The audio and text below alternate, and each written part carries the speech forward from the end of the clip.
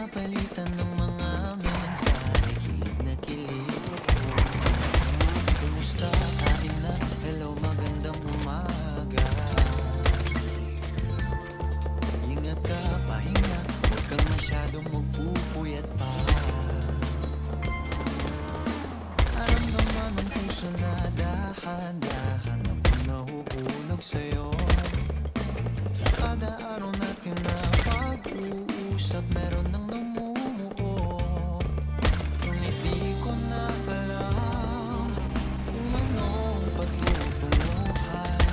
Ang hiling ko lang naman na ito naramdaman.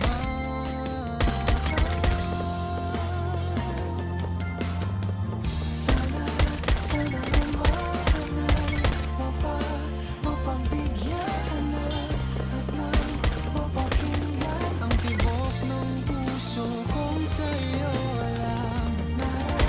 Naramdaman ng tunay na kaligayahan. Sana naman mapagbigyan ng tibok ng puso.